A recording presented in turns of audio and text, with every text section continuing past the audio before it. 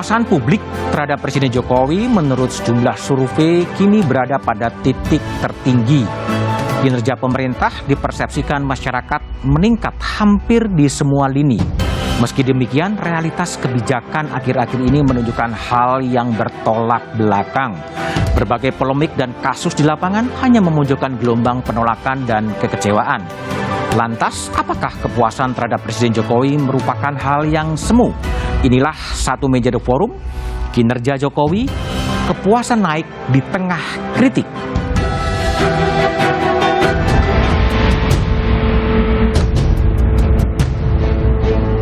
Mereka yang puas dan sangat puas, ya kalau kita gabung itu sekitar 71 ya kalau kita bulatkan. Yang kurang puas atau tidak puas terhadap kinerja Presiden Jokowi itu kurang lebih sekitar 25% kalau kita bulatkan. Ada yang menganggap ya agak tidak puas, kemudian tidak puas, itu biasa saja. Bekerja selama ini juga serius dan ingin memberikan pelayanan dan bekerja secara akuntabel kepada masyarakat.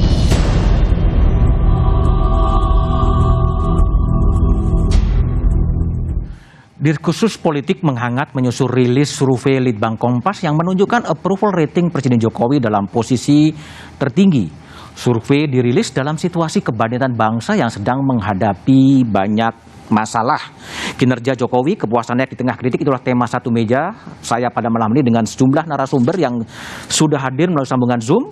Yang pertama ada Ketua Umum Projo, Mas Budi Aristiadi. Malam, Mas Budi. Malam, selamat malam.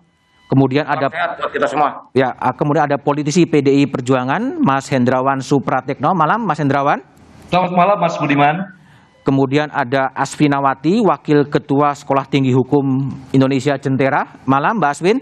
Selamat malam, Mas Budiman dan semua. Kemudian ada pengamat ekonomi Direktur Selios, Bima Yudhistira. Malam, Mas Bima. Selamat malam, Mas Budiman dan semuanya juga. Kemudian ada Toto Suryaning Tias, Manajer Litbang Kompas. Malam, Mas Toto. Malam. Oke, ya sebelum saya memulai diskusi kita coba tampilkan bagaimana grafis kepuasan publik terhadap Presiden Jokowi menurut survei Litbang Kompas yang diadakan pada tanggal 17-30 Januari 2022. Hasilnya adalah 73,9% merasa puas dan kemudian 26,1% tidak puas. Responden diambil di 1.200 orang. Kemudian dari beberapa sektor, kesejahteraan sosial tingkat kepuasannya pada 76,4, politik dan keamanan 74,6, penegakan hukum 69%, perekonomian 60,4%. Ya. Kemudian ini adalah secara longitudinal ya, berdasarkan survei Litbang Kompas dari Agustus 2020 pada angka 65,9, naik di angka Januari 2001 menjadi 66,3, kemudian April 2021 69,1, Oktober 2021 ke 66,4, dan Januari 2022 di 73,9%. Nah, itulah hasil survei longitudinal terhadap Presiden Jokowi. Saya akan bertanya kepada Toto Suryaning Tias terlebih dahulu sebagai manajer Litbang Harian Kompas. Toto, bagaimana menjelaskan ya di tengah banyak kritik terhadap pemerintah, tapi survei Kompas menunjukkan ada kepuasan terhadap pemerintah. Gimana dijelaskan? Yang pertama-tama adalah logika dari temuan umum dibandingkan dengan aspek-aspek atau penjabaran dari bidang-bidang. Jadi kalau kita lihat antara apa yang umum dengan yang menjadi bidang-bidang itu logis. Misalkan kita ambil bidang ekonomi, kita ambil bidang kesos, kita ambil bidang hukum, itu masing-masing aspeknya, di mana masing-masing bidang itu dibagi menjadi 5 aspek, itu semuanya naik. Dari total 20 aspek, dari 4 bidang tadi, hanya 1 yang minus, yang turun dibanding penilaian 3 bulan sebelumnya, yaitu hanya pada soal mengendalikan harga barang dan jasa. Kenapa turun? Karena pada saat survei ini selesai dilakukan, tanggal 30 Januari, itu sudah mulai ada isu tentang minyak goreng. Jadi harus juga kita lihat yang menjadi persoalan utama yang sekarang debatkan adalah soal ketidaksinkronan antara hasil dengan apa yang terjadi di masyarakat. Yang harus kita lihat adalah tanggal penyelenggaraan survei kami adalah di tanggal pertengahan Januari tanggal 17 sampai dengan tanggal 30. Kira-kira 2 minggu itulah range kami mengambil data di lapangan. Oke, Toto, itu survei diambil datanya pada tanggal 17 Januari sampai 30 Januari. Nah, seandainya kemudian survei itu dilakukan pada bulan Februari ketika ada gejolak di tengah masyarakat, apakah ada kemungkinan hasil kepuasan itu akan berbeda? Tentu saja, Mas Budiman, karena apa yang diserap oleh publik itu biasanya kan asalnya dari media komunikasi, dari media massa, dan juga dari perbincangan sehari-hari. Di luar survei ini sebetulnya kami juga sedang melakukan media monitoring, dan dari media monitoring melalui apa yang dibicarakan di big data ya, di media sosial, itu terlihat bahwa memang ada penilaian yang lebih kritis, terutama terhadap misalnya sosok Pak Ganjar ya, dibandingkan dengan penilaian terhadap sosok Prabowo maupun sosok Anies. Dalam hal ini ketika kita bandingkan 3 orang ini melalui media monitoring. Jadi bukan survei kuantitatif, tetapi survei media monitoring dengan menggunakan tools yang tersedia di lapangan.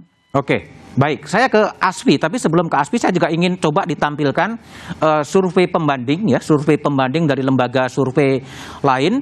Ini adalah surveinya IP ya, surveinya IP yang dilakukan pada 15 Januari, 17 Februari 2022. 71% puas, kemudian yang tidak puas 24,8, yang tidak tahu 4,2. Ini indikator politik Indonesia ya. Lalu kemudian ini adalah surveinya SMRC yang diambil lebih lama, 8 sampai 16 Desember 2021, 71,7% puas, 25,3% tidak puas, dan 3% tidak tahu dengan jumlah responden 2.420. Ya, Asfi, jadi kalau Anda lihat hasil survei yang punya Litbang Kompas itu ada kepuasan yang cukup tinggi terhadap pemerintahan Presiden Jokowi. Gimana Anda lihat itu? Ya, kalau saya melihatnya tadi kurun waktu ya. Oke. Jadi kan itu sebetulnya bukan kepuasan selama bahkan 6 bulan. Ya. Itu hanya dari kira-kira 3 itu bulanan. Betul, itu sangat sempit rentangnya. Dan saya sebetulnya mau menyoroti yang lain, bagaimana kemudian framing terhadap data 3 bulanan ini seolah-olah ini ada data tahunan begitu ya, atau data seluruh periode kedua, dan bahkan yang agak rendah itu tidak di-highlight ya. Saya mencatat beberapa artikel di media Kompas gitu, itu menghilangkan 2 yang agak rendah, yaitu soal hukum dan ekonomi, dan hanya disebut persentase kenaikannya. Tapi kalau dilihat perekonomian itu 60 dan hukumnya 69. Oke. Kan kalau kita pakai framingnya Kompas sendiri, ada berita keberhasilannya karena 70%. Berarti kalau di bawah 70% jelek gitu ya. Kalau anak sekolah sekarang remedial tuh disuruh ngulang. Itu hukum masih di bawah 70, tapi nggak ditulis gitu.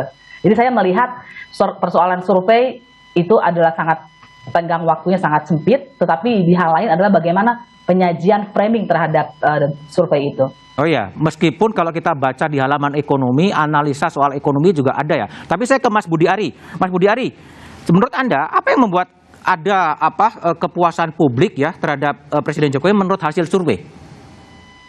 Begini, selama pandemi dan dalam kurun waktu 3 bulan terakhir ini kan memang kebijakan-kebijakan pemerintahan Jokowi ini kan sangat konsisten dan berusaha sungguh-sungguh mengeksekusi apa yang menjadi kehendak dan aspirasi rakyat. Kita bisa lihat dari program-program dan kebijakan yang sensitif, misalnya soal kebijakan booster gratis di tanggal 12 Januari 2022. Kebijakan ini kan bentuk dari wujud kepekaan Pak Presiden terhadap bagaimana pentingnya pandemi COVID-19 ini segera berlalu dan bagaimana keselamatan rakyat sebagai hukum yang utama.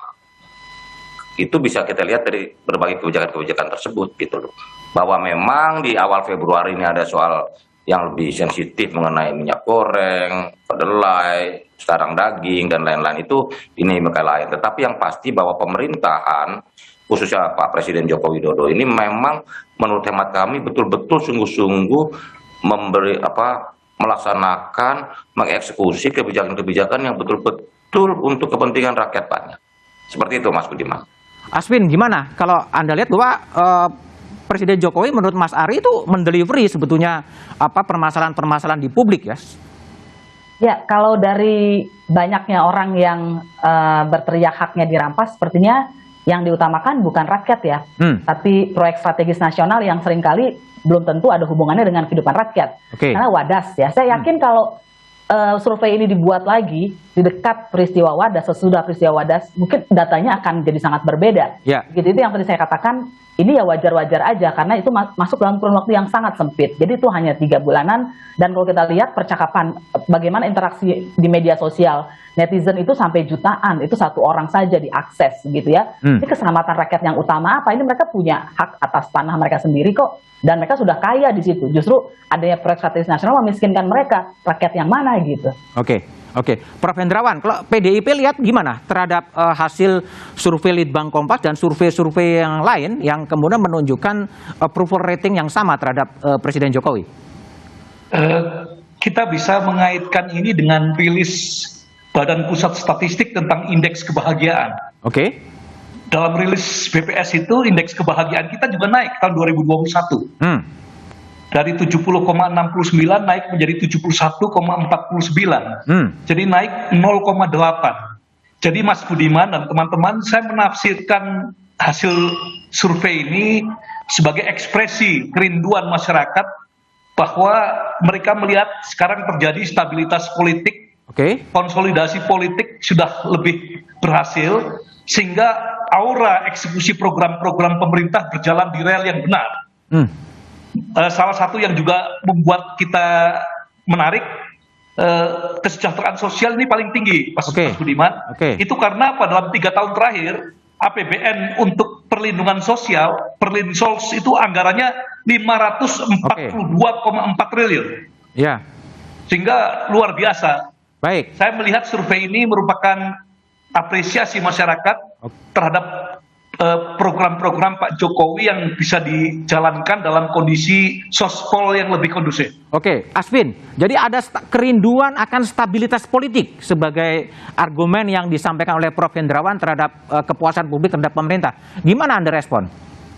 Kalau saya malah melihatnya kebalik ya, ada kerinduan kepada adanya oposisi.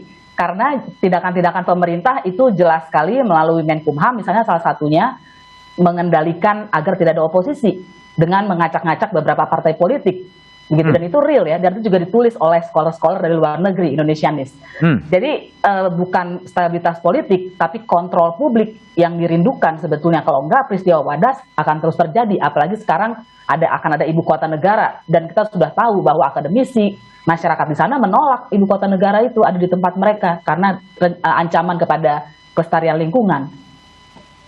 Tapi bukankah ini juga cermin dari kelemahan dari masyarakat sipil itu sendiri?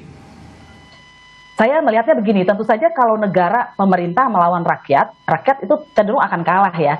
Misalnya ketika ada akun Twitter yang hilang, Wadas melawan itu kan tiba-tiba tidak bisa digunakan gitu. Dan itu bukan hanya terjadi pada akun Wadas melawan saja. Ada yang banyak lagi peristiwa-peristiwa sebelumnya. Untuk kasus Wadas saja setidaknya ada 4 peristiwa tuh. Direktur LBH Jogja diretas dan lain-lain. Dan negara kan tidak bertindak. Apakah amanan buat warga tidak ada di situ? Prof. Hendrawan, jadi stabilitas politik dikerjakan menurut Aswin karena ada pertasan-pertasan, pengekangan kebebasan sipil. Gimana Prof. Hendrawan respon?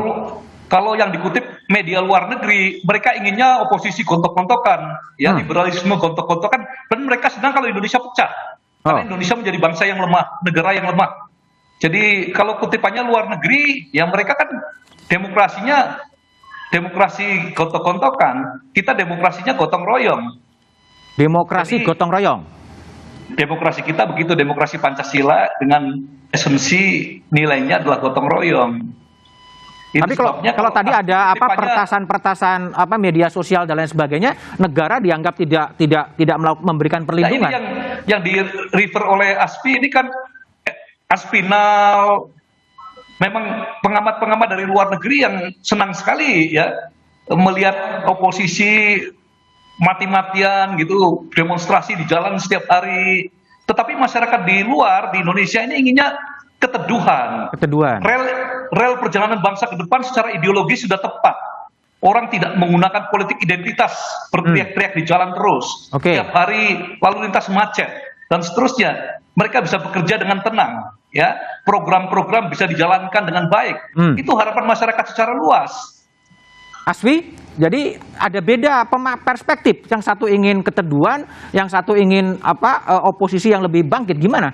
Saya pikir kan begini ya, kalau kita mau maju, kita kan udah mengatakan kita masyarakat modern. Masyarakat modern itu percaya dengan nalar, percaya dengan ilmu, begitu ya. Kalau kerja intelektual dari sejumlah akademisi yang serius kita abaikan begitu saja dengan alasan-alasan konspiratif yang tidak ada dasarnya penelitiannya, kapan Indonesia mau maju?